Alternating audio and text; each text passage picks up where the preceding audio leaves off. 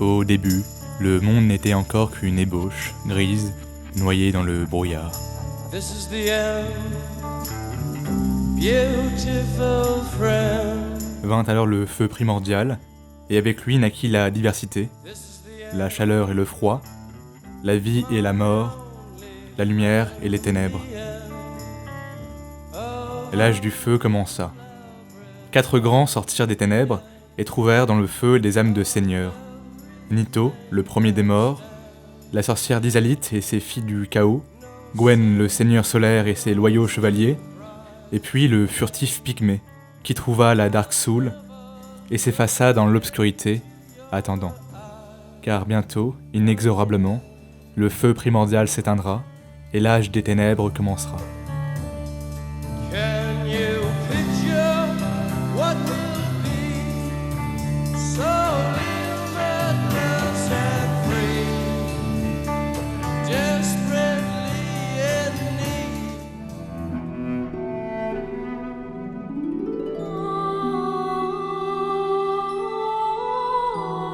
Dark Souls et Apocalypse Now sont parmi les meilleures expériences vidéoludiques et cinématographiques qu'il m'ait été donné de vivre. Dark Souls est un jeu vidéo qui m'enthousiasme par l'ambiance de ses environnements et l'intelligence de son level design, me motive par sa difficulté écrasante, mais jamais insurmontable, mais surtout me fascine par le mystère, le mysticisme et la formidable profondeur de son univers. Après avoir terminé Dark Souls une première fois, j'étais comme terrassé. Je l'avais dévoré comme j'ai dévoré peu d'œuvres auparavant, et ce jeu avait bouleversé mes a priori sur ce que j'imaginais possible de construire esthétiquement au travers de mécaniques de jeu. Ce jeu s'était diffusé en moi et me laissait songeur. J'étais stupéfait par la façon dont le jeu nous confronte, nous joueurs, à sa philosophie qui imprègne tous ces éléments, du système de jeu à la place que l'on occupe dans cet univers. Rares sont les œuvres qui offrent une telle cohérence, un tel lien entre leurs propos et leurs formes.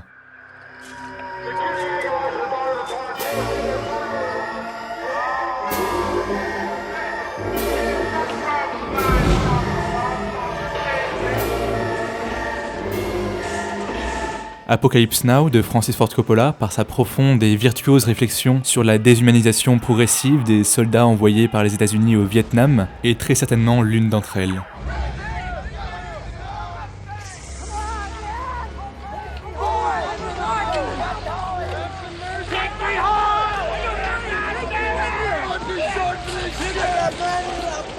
Apocalypse Now est une œuvre mythique. Elle marque, avec La Porte du Paradis de Michael Cimino, sorti en 1980, l'apogée et le début du déclin de l'âge d'or hollywoodien. Le scénario d'Apocalypse Now est librement adapté du livre de Joseph Conrad, Au cœur des ténèbres, par John Milius, qui réalisera par ailleurs un peu plus tard Conan le Barbare.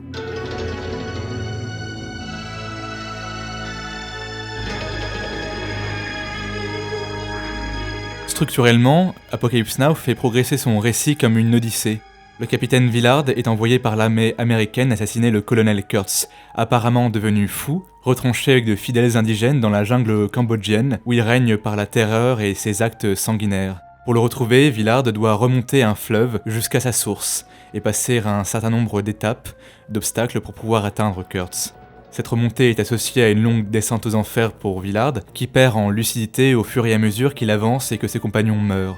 Tout le film illustrera les recherches que fait Villard pour comprendre qui était Kurtz avant de s'isoler et ce qui l'a conduit à se transformer en gourou meurtrier. In a war, there are many moments for compassion and tender action.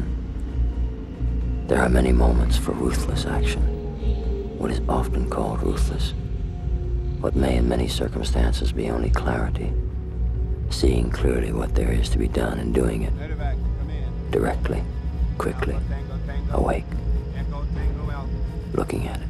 Sauf que Villard n'y arrive pas. Il ne comprend pas pourquoi ni comment cet homme a un jour lâché prise sur son humanité et entraîné des centaines de personnes avec lui dans une folie meurtrière.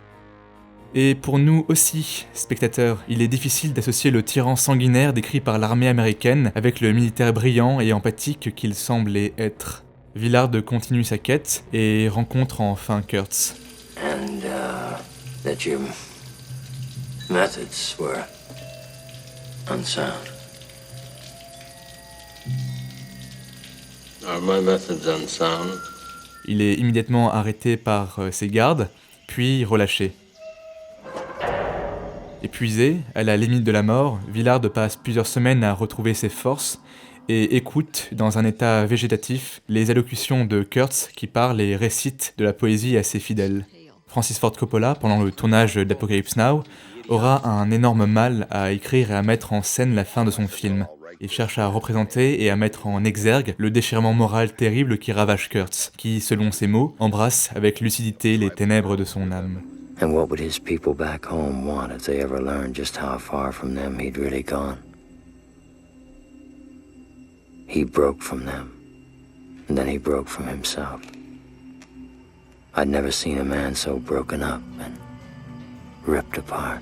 Et ce que le film semblait de prime abord présenter comme une situation manichéenne, où un soldat doit mettre hors de nuire un tyran sanguinaire, c'est en fait une situation concentrant l'essence du paradoxe mortifère qui amena les États-Unis à déclarer la guerre au Front de libération nationale du Vietnam du Sud, que Coppola met en scène au travers des personnages de Kurtz et de Villard, qui forment peut-être ensemble deux facettes d'un même portrait, celui d'une âme déchirée, lucide sur sa condition au milieu d'une tempête déshumanisante.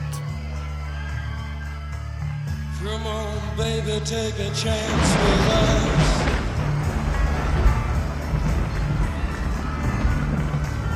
Come on, baby, take a chance with us.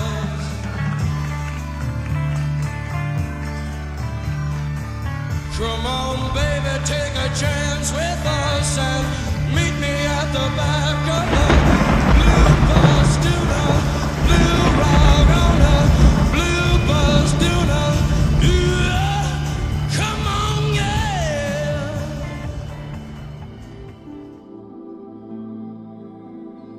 Ceci m'amène à une réflexion sur les mécaniques et le patrimoine narratif de Dark Souls.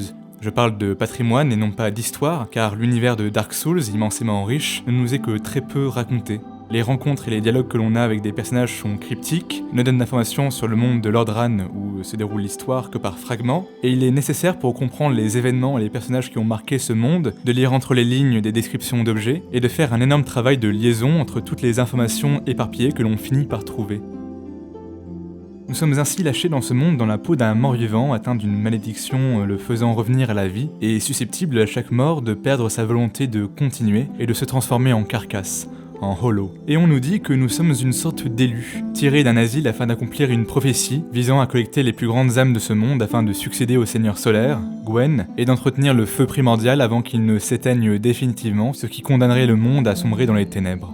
Le joueur peut alors traverser le jeu sans remettre en question sa quête, cette prophétie, sans prendre le temps de comprendre pourquoi il doit affronter tous ses ennemis, sans même savoir une once de l'histoire des boss qu'il abat. Il peut à la fin rallumer la flamme primordiale après avoir vaincu Gwen, car après tout il s'agit du premier choix, le plus logique, que le jeu propose. En récompense d'avoir battu le Seigneur des Cendres, le joueur peut lui succéder et affirmer sa position de héros sauveur. Enfin, il s'agit là d'une des multiples façons de faire le jeu, car il suffit par exemple de prendre le temps de parler à cet étrange chevalier anonyme, premier PNJ que l'on croise dans Lordran, pour apprendre que des centaines de pseudo-héros ont déjà fait le même cheminement que nous, et ont simplement échoué à aller au bout de leur quête. Et tout le jeu, pour peu qu'on y prête attention, nous rappellera que nous ne sommes pas vraiment un héros. Nous sommes tout au plus un énième mort-vivant en quête de sens. Notre quête est floue et semble même parfois aberrante. Car plus on avance dans le jeu, et plus il est clair qu'à aucun endroit que l'on visite, nous ne sommes attendus. Le joueur n'est pas le bienvenu, et il brise souvent la tranquillité des êtres habitant ces lieux.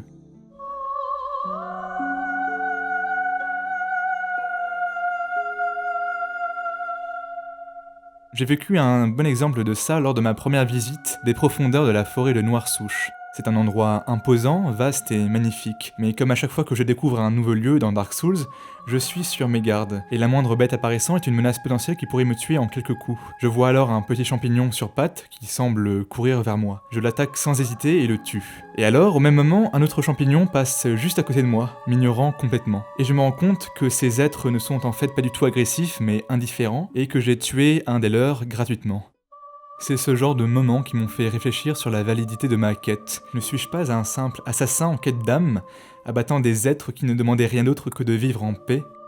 Que penser alors du combat que j'effectue contre Priscilla dans le monde peint d'Ariamis, un monde dans lequel elle a trouvé une paix qu'elle n'avait pas à Lordran, car lors de ma rencontre avec elle, Priscilla m'explique que je ne suis pas le bienvenu ici, et que si je suis là par accident, j'ai le droit de partir et de retourner dans Lordran sans qu'elle ne déclenche le combat. Mais bien évidemment, repartir sans la tuer signifierait avoir traversé cette zone difficile sans rien avoir eu en retour, et la plupart des joueurs décident de l'attaquer quand même, pourtant bien conscients du dilemme moral qui se joue devant eux. On retrouve une idée de ce dilemme dans Apocalypse Now. Le film dépeint un décrochage de l'humanité des membres du groupe qui accompagne Willard, un décrochage qui s'accentue au fur et à mesure de leur voyage, car la tête dans la boue, paranoïaques, ils perdent leur lucidité et toute capacité de jugement, les conduisant jusqu'à perpétrer des atrocités.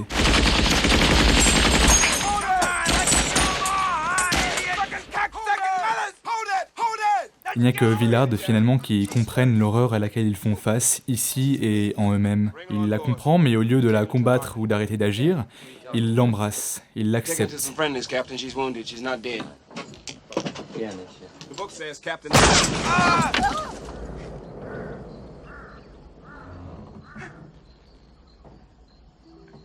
Et voilà le grand drame décrit dans Apocalypse Now, qui touche à la fois Willard et le colonel Kurtz, et dans Dark Souls, qui touche le seigneur Gwen et, parfois, le personnage du joueur. Tous sont conscients de l'impasse morale dans laquelle ils se trouvent, et tous choisissent de l'accepter et d'avancer pour construire un destin qui serait le leur, débarrassé des illusions à l'origine de ces événements. Ces illusions, dans Apocalypse Now, forment l'idée aberrante comme quoi les États-Unis pourraient apporter la paix au Vietnam en y faisant la guerre. Et dans Dark Souls, c'est l'idée qu'il suffirait d'entretenir le feu primordial avec de nouvelles âmes pour éviter au monde de basculer dans les ténèbres, car ce basculement est, quoi que fasse le joueur, inexorable.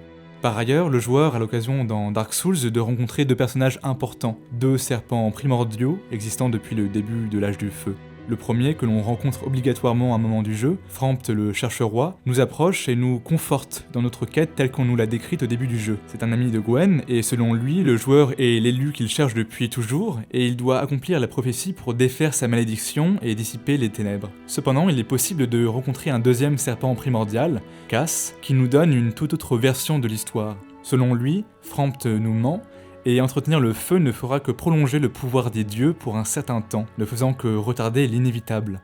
Il est tentant de croire aveuglement en Cass après qu'il nous ait appris la mascarade que représente la prophétie. Cependant, que l'on croit un serpent ou un autre ne changera finalement pas grand chose dans le cours de l'histoire, comme le montrent les événements de Dark Souls 2 qui arrivent quoi qu'ait pu faire le joueur à la fin de Dark Souls 1. Terminer le jeu implique en effet de faire un choix binaire, il faut choisir d'entretenir le feu ou de partir sans le faire, sachant qu'en partant il est fort probable qu'un autre mort-vivant élu vienne tuer le personnage du joueur devenu seigneur des ténèbres et rallumer le feu. Il n'est pas possible pour le joueur de terminer le jeu en suivant une troisième option. Et c'est là un concept philosophique important qui imprègne l'univers de Dark Souls et d'Apocalypse Now. L'idée comme quoi les événements qui arrivent dans le jeu ou dans le film sont inexorables et que le seul échappatoire pour le personnage principal, qu'il soit le mort-vivant élu ou le capitaine Willard, est de prendre conscience de la manipulation à laquelle il est soumis et de s'approprier sa condition absurde, aussi tragique soit-elle. Horror has a face. And you must make a friend of horror. Horror and moral terror are your friends. Car voilà ce qu'Apocalypse Now présente, des âmes perdues, déchirées et retournées définitivement à leur état d'humanité primitive. Comment alors ne pas penser à Dark Souls qui présente ces humains maudits, ayant perdu leur humanité et transformés en carcasses, errant sans but ni volonté. Une anecdote éclaire par ailleurs l'intention de Coppola dans la construction du personnage du capitaine Willard. Plusieurs acteurs avaient été abordés pour jouer le rôle, et presque tous avaient refusé, redoutant les conditions de tournage et les accès mégalomanes et paranoïaques de Coppola. Un acteur accepta le rôle cependant, Harvey Keitel, et il fut engagé presque par dépit. Keitel le tourna durant 3 semaines, et après le visionnage des rushs, Coppola décida de le renvoyer, purement et simplement, et de s'envoler aux États-Unis pour trouver un autre acteur, en l'occurrence Martin Sheen, qu'il croisera par hasard à l'aéroport de Los Angeles. Plusieurs raisons viennent expliquer cette décision coûteuse, et l'une d'entre elles vient du fait que selon Coppola, le jeu d'Harvey Keitel attirait l'attention sur son personnage et sur son ressenti personnel, ce qui était en fait l'inverse de l'effet qu'il recherchait. Martin Sheen, quant à lui, parvenait à se rétracter des scènes et à travailler son jeu comme un catalyseur, un prisme se focalisant sur son environnement. Coppola cherchait un acteur qui puisse faire vivre le vrai héros de son film, le Vietnam.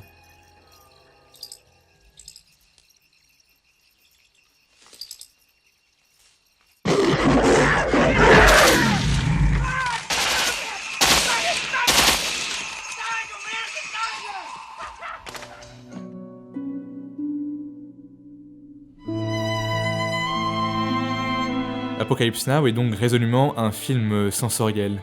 Une expérience pour le spectateur qui se retrouve plongé dans ce Vietnam psychédélique au travers du personnage de Willard. Il n'est pas anodin que le film et le roman qu'il adapte aient pu inspirer un bon nombre de jeux vidéo comme Spec Ops The Line qui reprend fortement la trame d'Au cœur des ténèbres, mettant en scène la longue descente aux enfers d'un soldat qui voit son humanité s'effriter par les horreurs dont il est témoin et la situation qui lui échappe de plus en plus.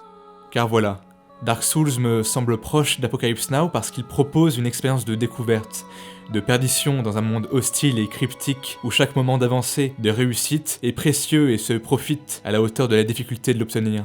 Ces œuvres me semblent proches dans l'expérience que j'en ai faite, dans les moments d'épiphanie que j'avais en comprenant soudainement une partie des enjeux mis en place par ces œuvres. J'avais la sensation d'être poussé à chercher plus loin, à ne pas abandonner face à la difficulté de comprendre et à voir au-delà du confortable. J'étais poussé à me questionner sur des choses aussi fondamentales que ma place de spectateur et de joueur.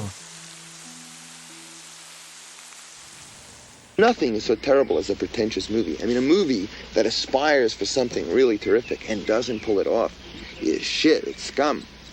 And everyone will walk on it as such. And that's why poor filmmakers, in a way, that's their greatest horror, is to be pretentious. So here you are, on one hand, it's trying to aspire to really do something. On the other hand, you're not allowed to be pretentious. And finally you say, fuck it. I don't care if I'm pretentious or not pretentious, or if I've done it or I haven't done it. All I know is that I am going to see this movie. And that for me, it has to have some answers. And by answers, I don't mean just a punchline. Answers on about 47 different levels. And it's very hard to talk about these things without being very corny.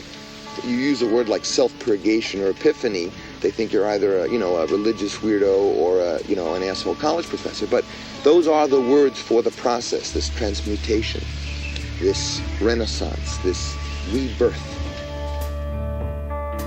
Merci beaucoup d'avoir regardé cette vidéo jusque-là, j'espère qu'elle vous a plu. Alors c'est une vidéo que j'ai eu un peu de mal à terminer, j'ai mis plusieurs mois à la finaliser, mais du coup c'est sous le conseil de quelques amis que j'ai fini par la mettre en ligne. Et donc voilà, je voulais juste vous parler de plusieurs chaînes, 4 en l'occurrence, 4 chaînes YouTube qui parlent elles aussi de Dark Souls et d'Apocalypse Now et qui, je pense, pourraient vraiment compléter et approfondir le propos que j'ai essayé ouvrir en fait dans cette chronique. Alors la première s'appelle Polygon Fragment. J'ai intégré plusieurs images de ces vidéos dans ma chronique parce qu'en fait c'est une chaîne qui est tenue par Grocam et qui en fait hack la caméra de jeux qu'ils pensent ont une portée atmosphérique importante comme Dark Souls.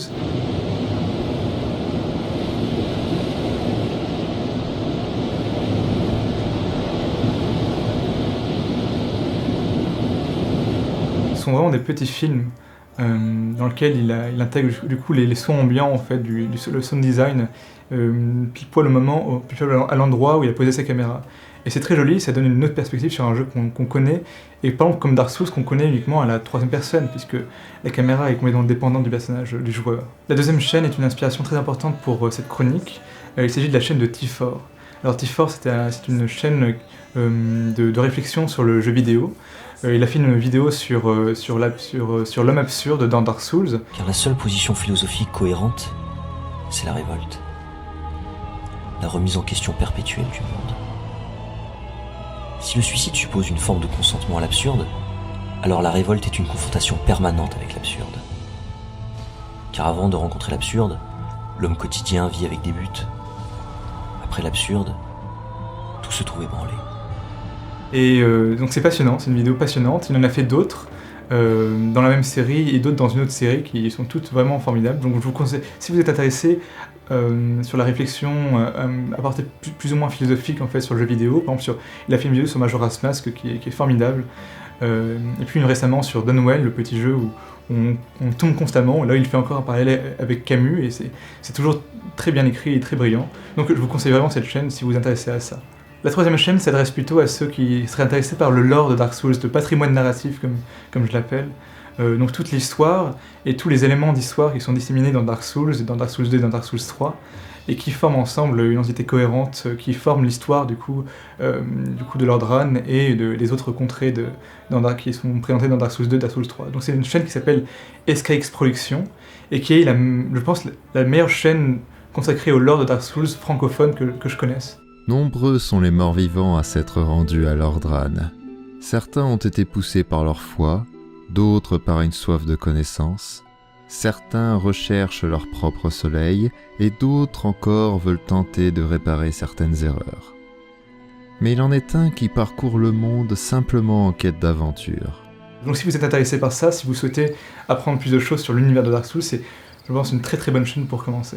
Alors je voulais aussi vous parler de la série de vidéos qu'a réalisé Lewis Bond de la chaîne Channel Chris Well sur Apocalypse Now. This leads us to the symbolic underlying story of Apocalypse Now. Willard is travelling to meet Kurtz because they are the only people that have dehumanized the enemy, the innocent, and themselves without succumbing to madness. And the reason for this is because the prime conflict between Willard and Kurtz is for who obtains the Heart of Darkness. Et donc je vous parle de ça aussi parce que je pense que si vous vous intéressez à l'analyse de films, à proprement parler, donc c'est vraiment quelque chose de très rigoureux, hein, avec un plan, etc., c'est une série de vidéos qui est très bien. Et donc évidemment je vous conseille aussi toutes ces autres vidéos, toutes les autres vidéos de Lewis Bond sur sa chaîne, qui sont, je pense, extraordinaires. C'est ma chaîne de cinéma favorite, de tout internet en fait, vraiment, c'est une chaîne écossaise. Donc voilà, merci encore d'être là. La prochaine chronique qui sortira sur la chaîne sera probablement plus courte. J'ai envie d'essayer un petit nouveau format où en gros je me focalise sur des points de cinéma particuliers dans des films. Et voilà, donc je sais pas trop exactement à quoi ça ressemblera, mais ce sera probablement plus court, et donc elle sortira dans quelques temps, pas trop longtemps j'espère, je pense. Voilà, donc d'ici là, bien, je vous souhaite une très bonne soirée, et voilà, allez voir des films, ou faites-en, c'est bien aussi.